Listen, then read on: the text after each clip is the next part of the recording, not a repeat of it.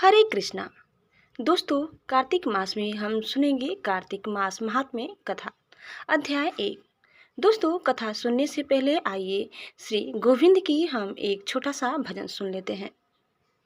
मुकुंद माधव गोविंद बोल, केशव माधव हरि हरि बोल, राम राम बोल, राम राम बोल, शिव शिव बोल, शिव शिव बोल, नारायण बोल, नारायण बोल, केशव माधव हरि हरि बोल, मुकुंद माधव गोविंद बोल, केशव माधव हरि हरि बोल।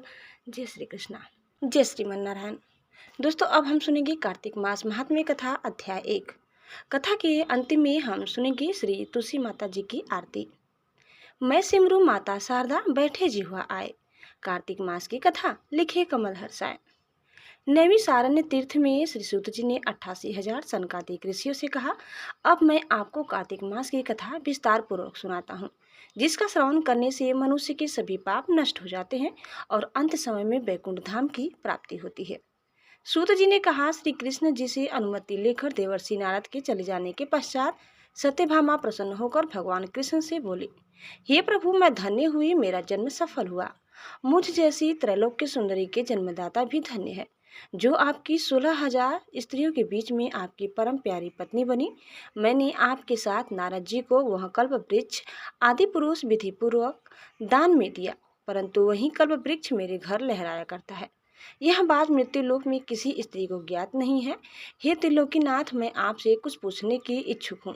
आप मुझे कृपया कार्तिक महात्म्य की कथा विस्तार पूर्वक सुनाइए, जिसको सुनकर मेरा हित हो और जिसके करने से कल्प पर्यंत भी आप मुझसे विमुख न हो।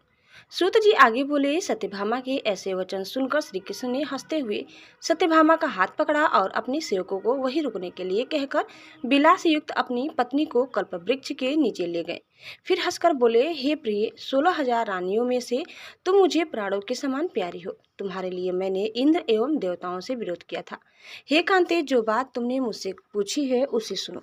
एक दिन मैंने यानी श्री कृष्ण तुम्हारी सत्यभामा यानी इच्छा पूर्ति के लिए गरुड़ पर सवार होकर इंद्रलोक जाकर कल्प वृक्ष मांगा। इंद्र द्वारा मना किए जाने पर इंद्र एवं गरुड़ में घोर संग्राम हुआ और गौलोक में भी गरुड़ जी गौ से युद्ध किया। गरुड़ की चोंच की चोट से उनके कान एवं पूंछ कटकर गिरने लगे, जिससे 3 वस्तुएं उत्पन्न हुई। कान से तंबाकू, पूंछ से गोभी और रक्त से मेहंदी बनी। इन तीनों का प्रयोग करने वाले को मोक्ष नहीं मिलता। तब गौ ने भी क्रोधित होकर गरुड़ पर वार किया, जिससे उनके 3 पंख टूटकर गिर गए। दोस्तों, इनके पहले पंख से नीलकंठ, दूसरे से मोर और तीसरे से चकवा चकवी उत्पन्न हुए। हे प्रिय, इन तीनों का दर्शन करने मात्र से ही सुफल प्राप्त हो जाता है। यह सुनकर सत्यभामा ने कहा, हे प्रभु, कृपया मुझे मेरे पूर्व जन्मों के विषय में बताइए कि मैंने पूर्व जन्म में कौन कौन से दान, व्रत व जप नहीं किए हैं। मेरा स्वभाव कैसा था, मेरे जन्मदाता कौन थे और मुझे मृत्यु लोक में जन्म क्यों लेना पड़ा। मैंने ऐसा कौन सा पुण्य कर्म किया था जिससे मैंने आपकी अर्धांगिनी हुई। श्री कृष्ण ने कहा, हे प्रिय, अब मैं तुम्हारे द्वारा पूर्व जन्म में किए गए पुण्य कर्मों को विस्तार पूर्वक कहता हूँ, उसे सुनो। पूर्व समय में सतयुग के अंत में मायापुरी में अत्रि गोत्र में वेद वेदांत का ज्ञाता देवशर्मा नामक एक ब्राह्मण निवास करता था। वह प्रतिदिन अतिथियों की सेवा, हवन और सूर्य भगवान का पूजन किया करता था। वह सूर्य के समान तेजस्वी था। वृद्धावस्था में उसे गुणवती नामक कन्या की प्राप्ति हुई। उस पुत्रहीन ब्राह्मण ने अपनी कन्या का विवाह अपने ही चंद्र नामक शिष्य के साथ कर दिया। वह चंद्र को अपने पुत्र के समान मानता था और चंद्र भी उसे अपने पिता की भांति सम्मान देता था। एक दिन वे दोनों कुश व समिधा लेने के लिए जंगल में गए। जब वे हिमालय की तलहटी में भ्रमण कर रहे थे, तब उन्हें एक राक्षस आता हुआ दिखाई दिया। उस राक्षस को देखकर भय के कारण उनके अंग शिथिल हो गए और वे वहां से भागने में भी असमर्थ हो गए। तब उस काल के समान राक्षस ने उन दोनों को मार डाला। चूंकि वे धर्मात्मा थे, इसीलिए मेरे पार्षद उन्हें मेरे वैकुंठ धाम में मेरे पास ले आए। उन दोनों द्वारा आजीवन सूर्य भगवान की पूजा किए जाने के कारण मैं दोनों पर अति प्रसन्न हुआ। गणेश जी, शिव जी, सूर्य व देवी, इन सब की पूजा करने वाले मनुष्यों को स्वर्ग की प्राप्ति होती है। मैं एक होता हुआ भी काल और कर्मों के भेद से 5 प्रकार का होता हूँ। जैसे एक, देवदत्त, पिता, भ्राता आदि नामों से पुकारा जाता है। जब वे दोनों विमान पर आरूढ़ होकर सूर्य के समान तेजस्वी रूपवान चंदन की माला धारण किए हुए मेरे भवन में आए तो वे दिव्य भोगों को भोगने लगे। दोस्तों, इस प्रकार कथा यही समाप्त होता है। आगे अब आप सुनेंगे श्री तुलसी माता जी की आरती।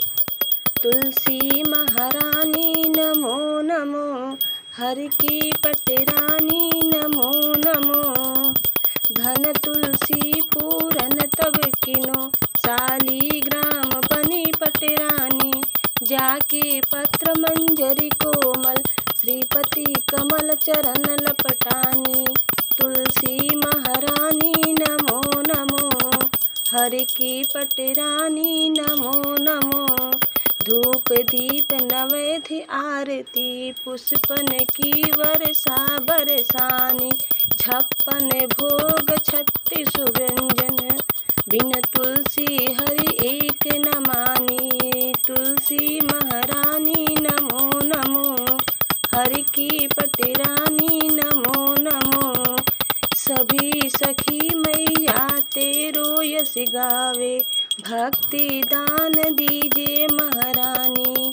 नमो नमो तुलसी महारानी, तुलसी महारानी नमो नमो, तुलसी महारानी नमो नमो, हर की पटरानी नमो नमो। जय तुलसी माता जी। दोस्तों, उम्मीद करते हैं कि आपको हमारी आज की यह कथा जरूर पसंद आई होगी। कैसी लगी कमेंट करके बताइए। चैनल में नए हैं तो प्लीज़ लाइक, शेयर और सब्सक्राइब करना न भूलें। धन्यवाद। जय श्री कृष्णा, जय माता तुलसी। ओम नमः शिवाय। हर हर महादेव।